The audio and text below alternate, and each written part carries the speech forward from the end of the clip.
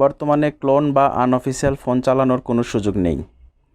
সরকারকে tax VAT না দিয়ে যে সকল ফোন বিক্রি করা হয় সেগুলোই মূলত আনঅফিসিয়াল ফোন। আবার এখন অনেক ক্লোন ফোন বাজারে পাওয়া যায়, যেগুলো দেখতে হুবহু ব্র্যান্ডের ফোনের মতোই। বাহ্যিকভাবে দেখে বোঝার উপায় নেই। তাই মোবাইল ফোন কেনার সময় নিজেই চেক করে নিতে হবে ফোনটি আনঅফিসিয়াল বা ক্লোন কিনা। ক্লোন এবং আনঅফিসিয়াল হলে অবশ্যই ক্রয় করা থেকে বিরত থাকবেন। তাছাড়াও আজকের এই পদ্ধতিতে আপনার ব্যবহৃত ফোনটি বিটিআরসি ডেটাবেজে যুক্ত হয়েছে কিনা চেক করতে পারবেন। চলুন প্র্যাকটিক্যালি দেখে নেই। চেক করার জন্য প্রথমেই মোবাইলের ডায়াল প্যাডে গিয়ে *#06# ডায়াল করলে IMEI নাম্বারটি প্রদর্শিত হবে। এখান থেকে IMEI নাম্বারটি কপি করে নেবেন, আর কপি যদি না করতে পারেন তাহলে সেক্ষেত্রে লিখে নিতে পারেন।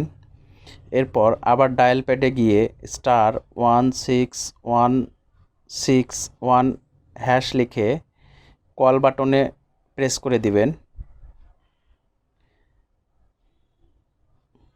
এরপর এখানে দেখুন 1 প্রেস করতে বলছে। গ্রামীণ ফোনের ক্ষেত্রে 1 প্রেস করতে হয় না, সরাসরি IMEI নাম্বারটি এখানে পেস্ট করতে হয়। আমার একটি রবি সিম, তাই এখানে 1 প্রেস করছি আমি।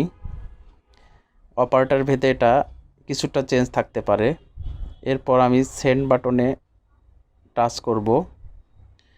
এখানে দেখুন 15 ডিজিটের IMEI নাম্বারটি আমি পেস্ট করে দেব। এরপর সেন্ড বাটনে টাচ করব। এরপর বিটিআরসি থেকে SMS চলে এসেছে।